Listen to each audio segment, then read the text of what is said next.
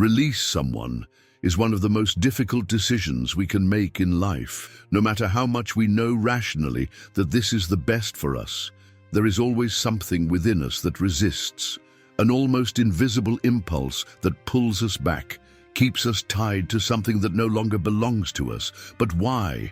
What keeps us from moving on, even when all evidence shows that we should release? Perhaps the answer is deeper than we imagine. Carl Jung, one of the biggest names in modern psychology, brought us a transformative view of this process, revealing that releasing is not simply giving up something, but a deep spiritual movement, a journey to rediscover our own essence. What if, instead of an end, this act was the beginning of something much bigger? Think of a relationship that deeply marked your life. It may have been a relationship of love, friendship, or even family. Now ask yourself, was this connection really at random? For Jung, the answer would be a clear no. He believed that every person who crosses our path has a symbolic meaning, a reflection of something we carry within us. Have you noticed how certain people seem to awaken in us intense feelings, whether of love, admiration, or even irritation? This is no coincidence. These relationships act as mirrors, reflecting hidden aspects of our psyche, parts of us who often do not have the courage to see. But what happens when this mirror begins to show us something we no longer want to see? When does a relationship that once seemed essential seem to generate more pain than growth? Our unconscious is wise and sends us signs all the time, a growing nuisance, an emotional exhaustion that we cannot explain, a weight that seems to suffocate us. But instead of listening to these signs, we tend to ignore them. We prefer to believe that things will improve, just insist a little more. We cling to the known because we fear the unknown. And if we release this person, this situation, this bond, what will be in place? A void. The fear of emptiness can be paralyzing. Our mind makes us believe that by releasing, we will lose a part of ourselves.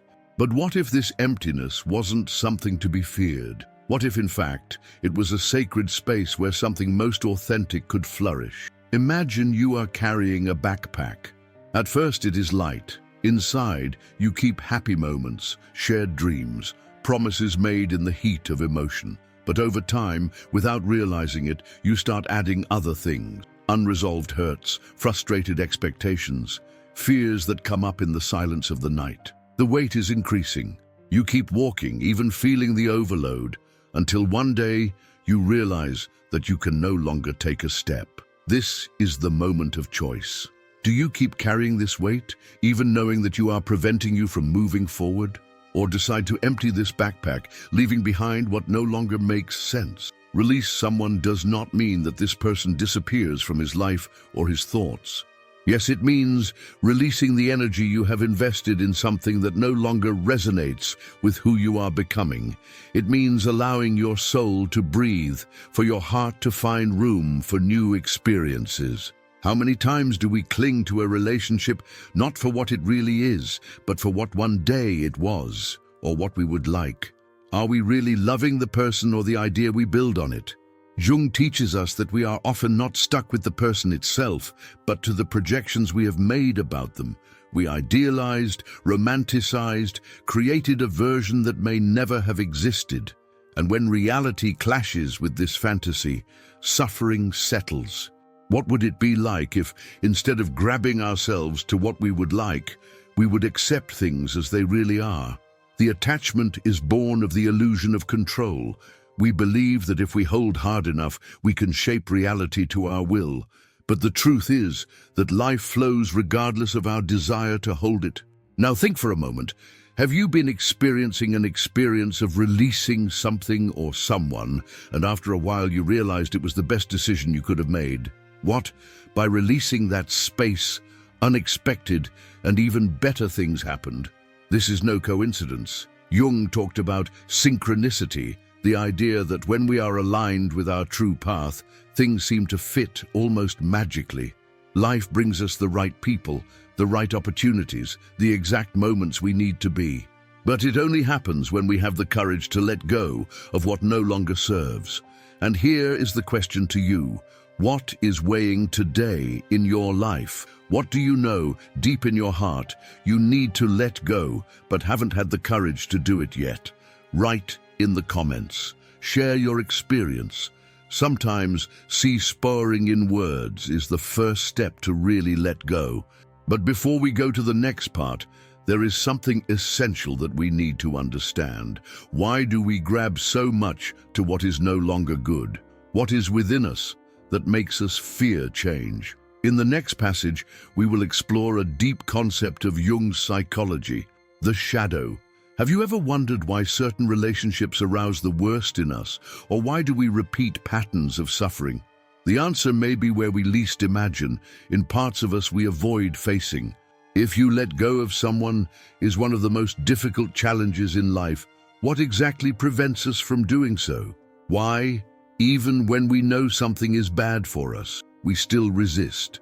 The answer to this question may be in a part of our psyche we rarely recognize: the shadow.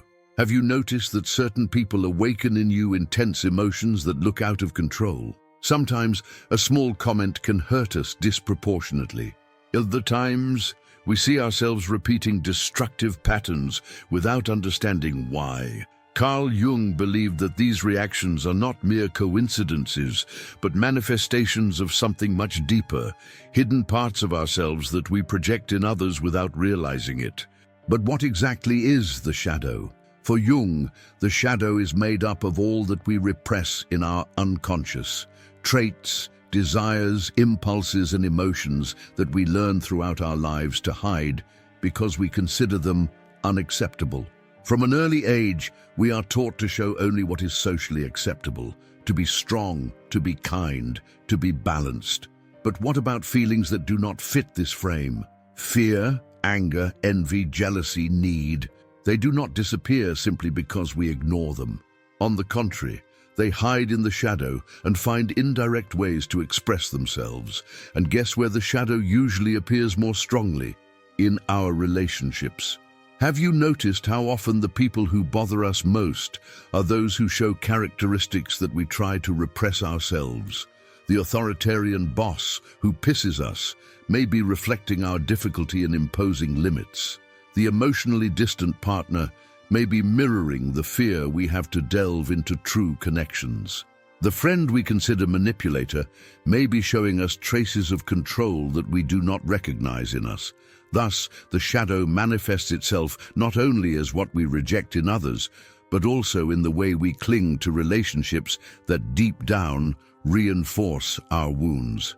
Now think of a difficult relationship you've had. It may be someone you couldn't walk away, even though you know that connection did you more badly than well.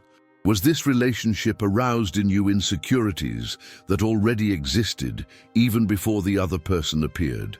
How many times do we carry within us a deep fear of abandonment, rejection, not being good enough, and end up getting into exactly people who reinforce these fears? It sounds cruel, but there is a reason for it. According to Jung, the unconscious places us in the face of these experiences because it wants to heal us.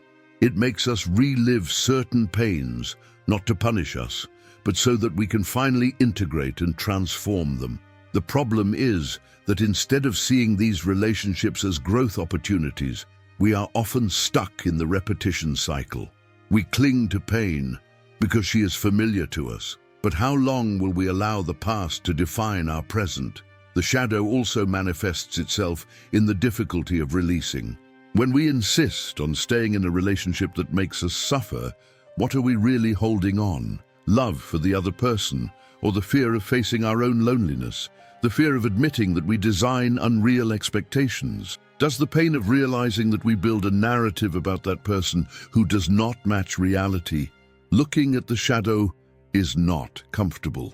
It involves admitting that often the suffering we live in relationships does not just come from each other, but something we carry within us. And this is a difficult truth to accept. Jung believed that individuation, the process of becoming whole, only happens when we have the courage to integrate our shadow, But integrating does not mean eliminating it. It means recognizing it, accepting it, and learning to consciously deal with it. When we do not recognize our shadow, it dominates us. But when we look at her in front, we recover our power, and this completely changes the way we relate to others and with ourselves. Now, a reflection for you. Is there any pattern in your relationships that seems to be repeated? Any emotion that arises frequently and that you try to ignore? Any characteristic in other people who bother you disproportionately? It may be that without realizing it, your shadow is trying to show you something. Leave your comment and share your experience, CIA. The first step to integrate the shadow is to bring it into consciousness. But there is an even deeper way to access this hidden part of ourselves. Have you ever had such a vivid dream that seemed to contain a message, or a sequence of dreams that seemed to be trying to tell you something? In the next passage, we will explore the role of dreams in individuation and how they can help us understand what still holds us. Have you ever had a dream that seemed so real that upon waking, you still felt your emotions echoing inside you? Or have you been through the experience of repeatedly dreaming about the same person, even after you have decided to leave them behind? If this has happened to you, know that it is not just a coincidence.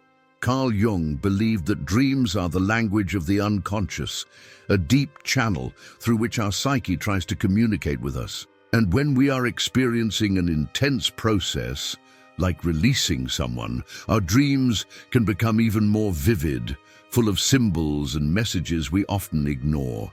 But what if, instead of discarding these dreams as meaningless, would we learn to decipher them?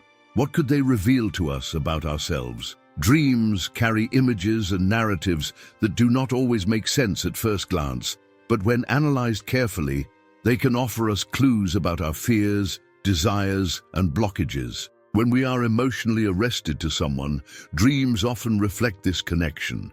We can dream of impossible meetings, unfinished conversations, or even relive moments of the past as if they were still happening in the present.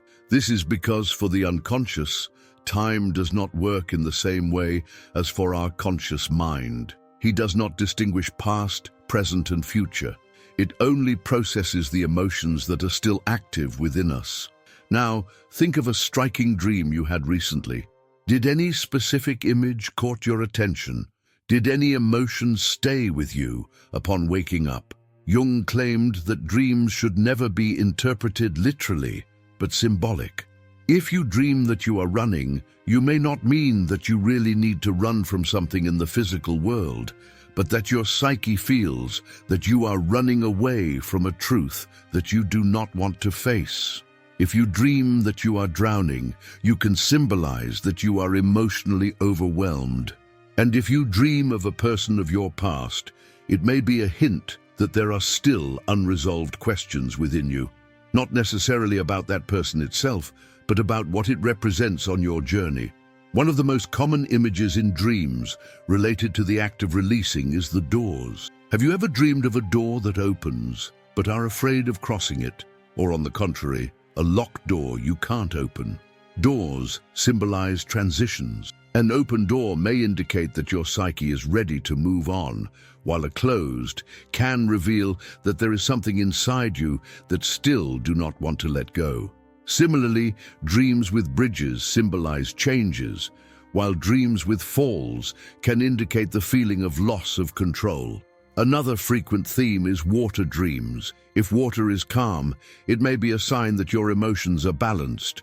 But if it is a storm, it may indicate an emotional whirlwind that still needs to be understood. Have you ever had the feeling of dreaming of the same place over and over? Often, our unconscious mind leads us to recurring scenarios because there is something there that needs to be understood before we can move on. And what about those dreams that seem almost premonitory? Jung believed that the unconscious can offer us glimpses of the future, not because it predicts what will happen, but because it perceives standards that our conscious mind has not yet assimilated. It has happened that you dream that something would end, a relationship, a friendship, a job, and later that really happens. Your unconscious already knew that this was no longer aligned with your journey, even if you were not ready to accept. The question is, are we listening to what our dreams want to tell us, or do we prefer to ignore them because we are afraid of what we can find out? The unconscious never speaks directly. It is expressed through symbols, metaphors, and archetypes. And the more attention we give them, the more we can understand our own psyche.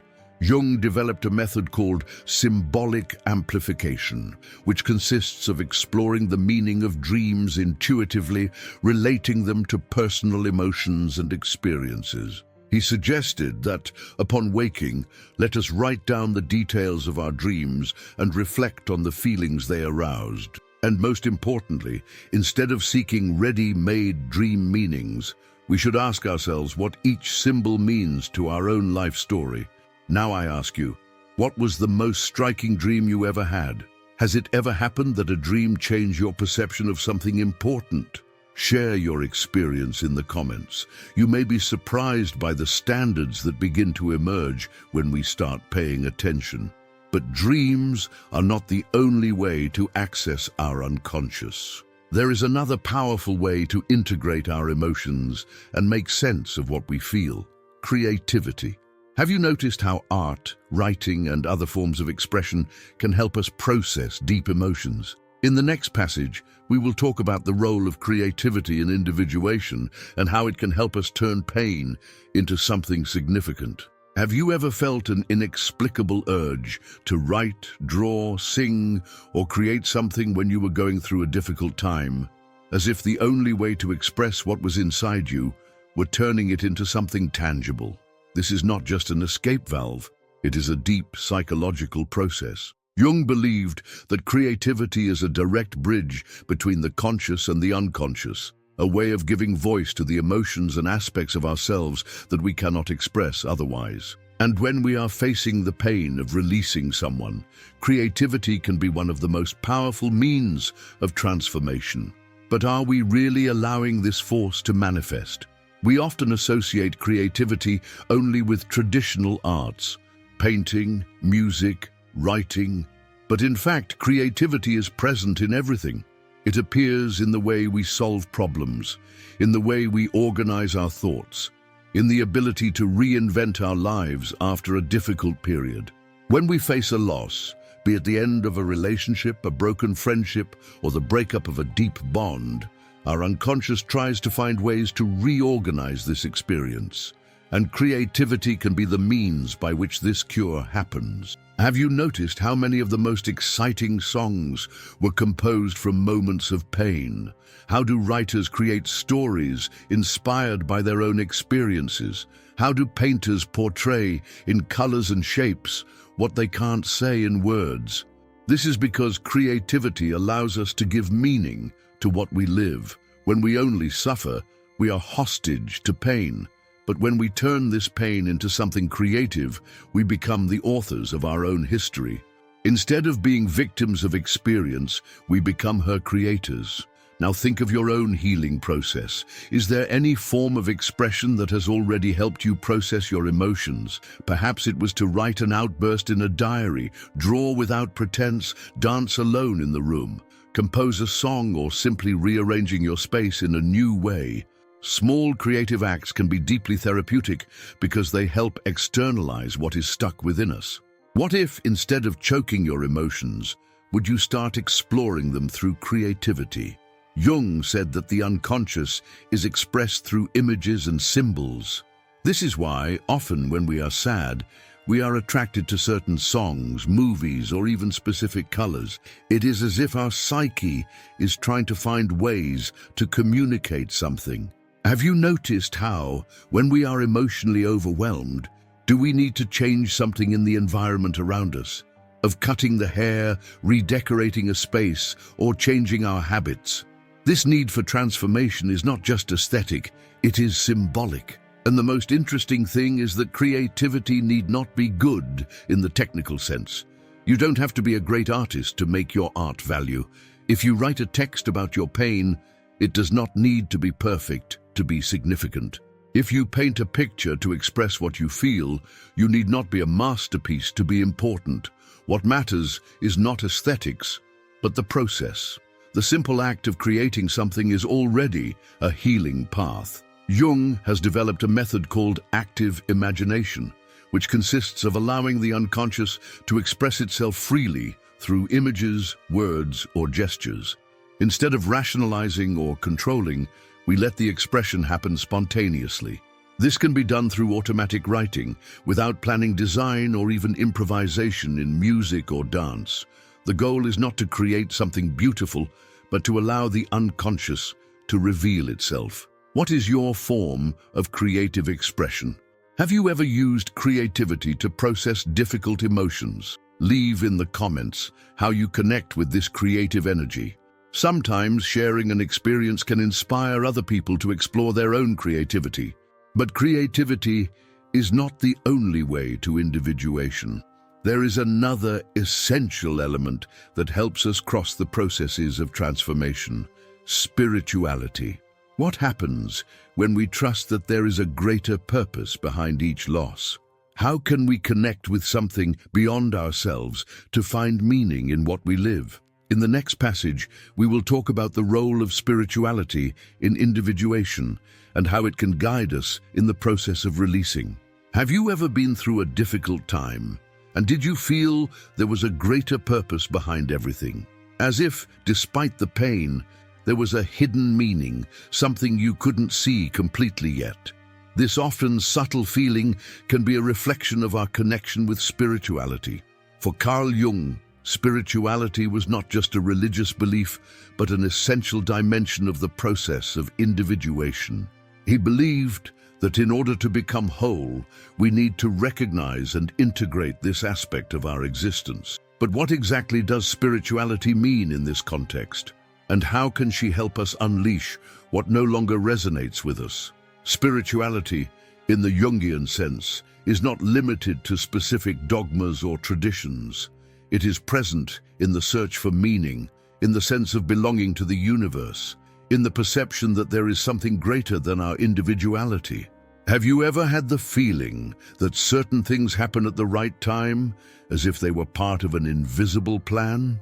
This is what Jung called synchronicity, those moments when life seems to send us signs, putting in our way exactly what we need. Whether an unexpected date, a symbolic message, or an event that arouses us for a new perspective. When we are in the midst of the process of releasing someone, it is common to feel a void, and this emptiness can be scary.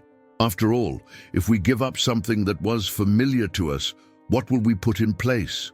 It is at this moment that spirituality can offer a way. Instead of seeing emptiness as an abyss, we can begin to see it as a sacred space, a fertile ground where something new can flourish. But for that we need to trust that the universe has a natural flow, trusting that when something comes out of our lives, it is because it has already fulfilled its purpose. Trusting that what comes next will be more aligned with who we really are.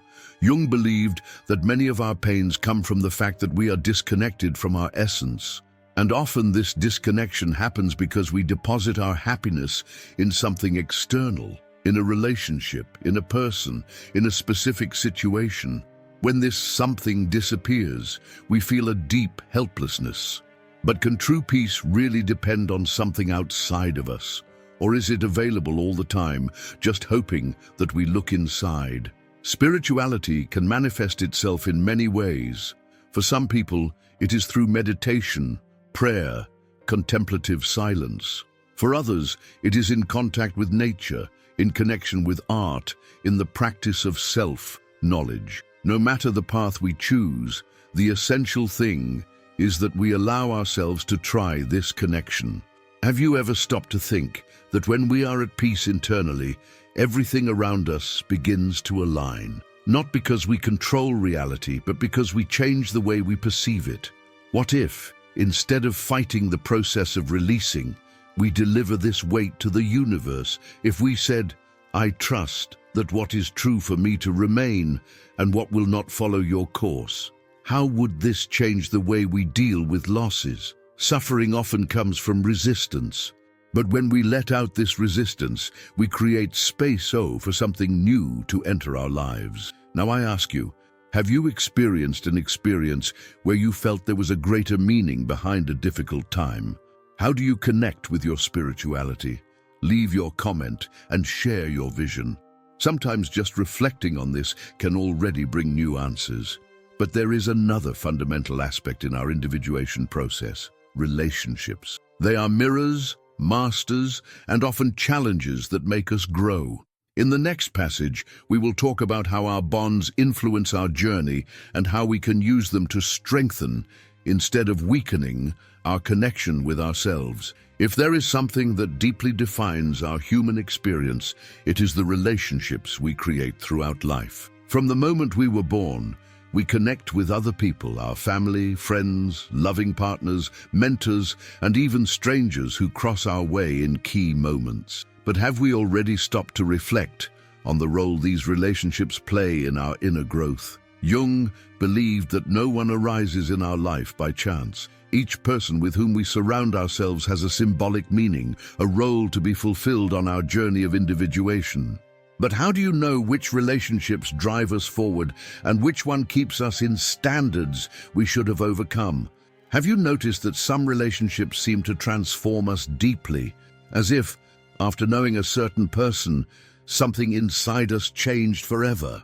This is because each meeting is actually a mirror. When we fall in love, for example, what are we really seeing in the other? Often, it is not just the person itself, but the reflection of parts of ourselves that we do not yet recognize or accept. We admire in the other qualities we would like to develop, just as we feel uncomfortable when someone arouses in us aspects we try to hide. But if all relationships work like mirrors, what happens when a relationship becomes a prison? It is easy to see when a healthy relationship makes us grow. There is lightness, learning, mutual exchange. But what about those connections that wear us emotionally, that make us doubt who we are, which bind us to cycles of suffering? Why do we continue in them, even when we know they hurt us? For Jung, this is directly related to our shadow. When a relationship hurts us repeatedly, but we still can't get away, it is a sign that there is something deeper being projected there. Are we not looking for something that we feel missing in ourselves? Are we waiting for this relationship to heal a wound that, in fact, we can only cure? Think of a relationship of your past that was striking. Now reflect. Was this relationship based on love or attachment? In mutual growth or the need to fill an inner void? Many times, we cling to someone not because this person really does us good, but because we are afraid of what we will be without him. The fear of loneliness, the fear of rejection, the fear of facing parts of us that this relationship allowed us to avoid. Jung said that until we brought to consciousness what we carry in the unconscious, we will continue to call it destination. That is, if we do not learn to identify the standards that hold us, we will continue to repeat them in new relationships, with new people, but with the same pains. So how to turn our relationships into individuation tools? How to get out of destructive cycles and build healthier connections? The first step is consciousness. The more we know each other, the less we project our needs and insecurities in the other.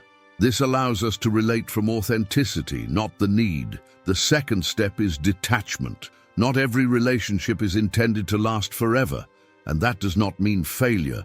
Some people enter our lives just to play a specific role, teach a lesson, arouse something within us. When this mission ends, insisting on maintaining the relationship can be more harmful than beneficial. Release someone does not mean that this person was not important. It only means recognizing that the cycle of that connection has come to an end. And when we let go, we make room for new, more aligned relationships with whom we become. Have you ever tried this feeling of relief by finally releasing a relationship that no longer made sense? Or, on the contrary, have you insisted on something longer than it should? Share your experience in the comments. Your experience can help other people see their own relationships from a new perspective. But there is another element that can help us in this process of individuation, something we often underestimate: nature. Can she teach us something about the act of releasing and starting over? In the next passage, we will explore how the connection with the natural world L can help us understand life cycles and accept changes more fluidly. Have you ever had that feeling of deep peace when walking in the midst of nature? The wind hitting the face, the sound of the leaves moving, the smell of wet earth after the rain. These small details, often ignored in our daily lives, can teach us deep lessons about life and ourselves. Jung believed that nature is not just a scenario around us, but a mirror of our own existence. It reflects our internal cycles, our transformations, and above all, our need to let go to grow. But are we aware of these messages? Look at the seasons.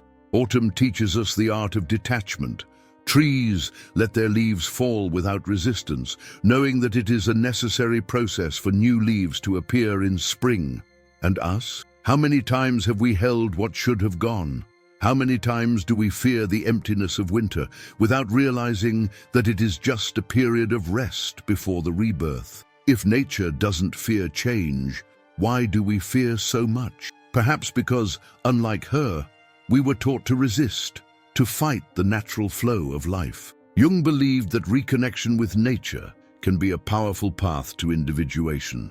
When we move away from nature, we move away from ourselves. Have you noticed how, when we are emotionally overloaded, can a simple outdoor walk bring us clarity? This is because nature has its own pace, and as we connect with it, our body and our mind begin to slow down. In a world where we are constantly pressured to produce, worrying about the future and carrying the weight of the past, being in nature reminds us of simply being. But the connection with nature goes beyond relaxation. She can also be a great teacher about the act of releasing. Think of the cycle of a river. He does not resist the way that runs, does not try to hold the water that has passed. It simply follows the flow, trusting that the course of life will take you where you need to be. What would happen if we apply this same philosophy to our lives?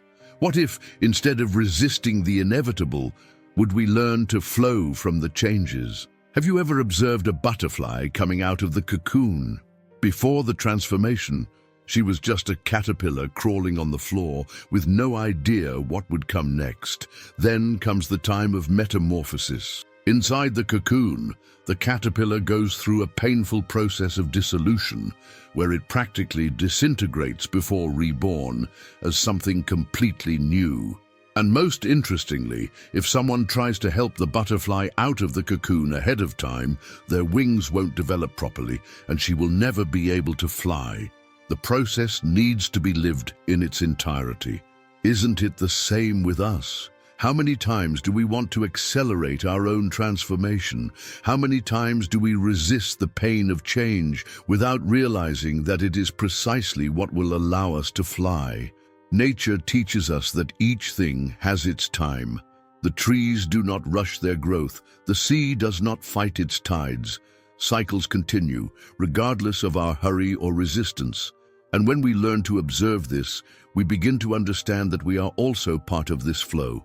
Perhaps the suffering of releasing someone comes from the fact that we try to control what, in fact, has never been under our control.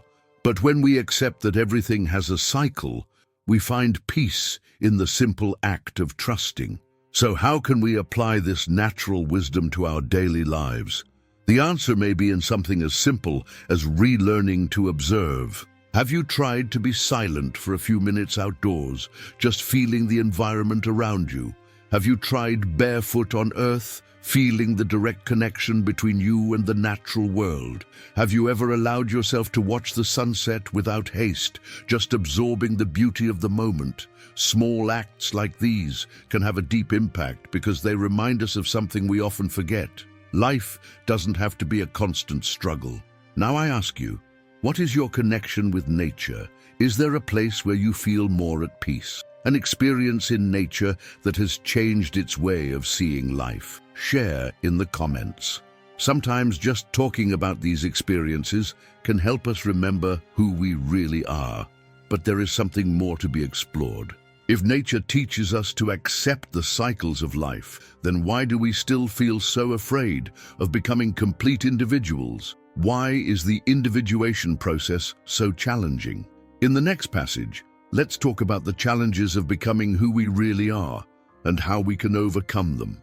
Becoming an authentic individual is one of the biggest challenges we can face in life. Jung called this process of individuation the way of becoming who we are. We are free from masks, projections, and expectations imposed by others. But this journey, although deeply transformative, is far from easy. After all, how many times do we be living according to what they expect from us? How many times do we shape to fit in relationships, jobs, and situations that do not reflect our true essence? And when we finally realize that we are trapped in something that no longer belongs to us, the big question arises: how to release what keeps us imprisoned? Release is not just an external act. It is not just about ending a relationship, getting out of a job, or moving town. Really, releasing is an internal process, a deep adjustment in the way we see and relate to the world. But here is the hardest point. Loosening also means facing our shadows. This means facing the pain, loneliness, and parts of us we avoid for so long. No wonder so many people prefer to remain in the illusion of comfort, even when this comfort means carrying the weight of something that destroys them. But how long can we support this burden? Have you noticed how some people live stuck to the same standards, repeating pain cycles without realizing it? That person who always falls in love with those who are not available? That friend who lives complaining about work but never seeks a change? Or even ourselves, when we realize that we remain stuck with stories that should have already been left behind? What keeps us from changing? The fear of the unknown, the fear of emptiness, the fear of discovering that without that relationship, without that work, without that identity, we do not know exactly who we are. Jung said that true growth only happens when we have the courage to cross the dark night of the soul, that moment when everything seems uncertain, when we feel lost and without direction. But what many people don't realize is that this feeling of being lost is, in fact, a sign that we are on the right track. When everything crumbles, when we finally let go of what no longer belongs to us, a space opens within us. And it is in this space that something new can be born. But are we willing to wait? Or do we try to fill the void as soon as possible, seeking any distraction that prevents us from feeling? The truth is that we live in a society that teaches us how to avoid pain at all costs. We tell us that we need to be busy, always productive, always happy. But Jung reminds us that suffering is not a mistake. He is part of the process. The pain teaches us, the emptiness transforms us, the doubt pushes us forward. And no matter how paradoxical as it seems, we can only really find ourselves when we stopped running away from ourselves. So what does it really mean, becoming an individual? It means accepting that we will not always have all the answers. It means learning to trust the flow of life, even when everything seems uncertain. It means recognizing that the path to authenticity is not always linear. There are advances and setbacks, moments of clarity and periods of confusion. But every step, however small, brings us a little closer to who we really are. And when we finally got there, when we let go of what we imprisoned and found our true essence, something amazing happens. The relationships that once drained us begin to lose strength. The fear of the future dissolves, giving way to confidence. Opportunities that seemed unreachable begin to emerge naturally, effortlessly, because when we are aligned with our truth, the universe responds. Jung called this synchronicity, those moments when everything seems to fit almost magically, as if we were being guided where we really should be. Now stop for a moment and ask yourself, what is still holding me? There is something in your life that you feel that you should have already released, but for some reason you still keep. Perhaps it is a relationship, a pattern of thought, an old fear that keeps whispering that you are not enough. What would happen if today you chose to release it? Leave your comment and share your experience. The first step towards transformation is to recognize where we are. And in doing so, we created a space for something new to flourish. But remember, this journey need not be lonely. This channel, this community, exists to support you on this path. If this content has resonated with you, like the video, share it with someone who may need this message and subscribe to continue following reflections like this. Release is not the end. It is the beginning of something much bigger. And the question is, are you ready to take this step? We see each other in the next video.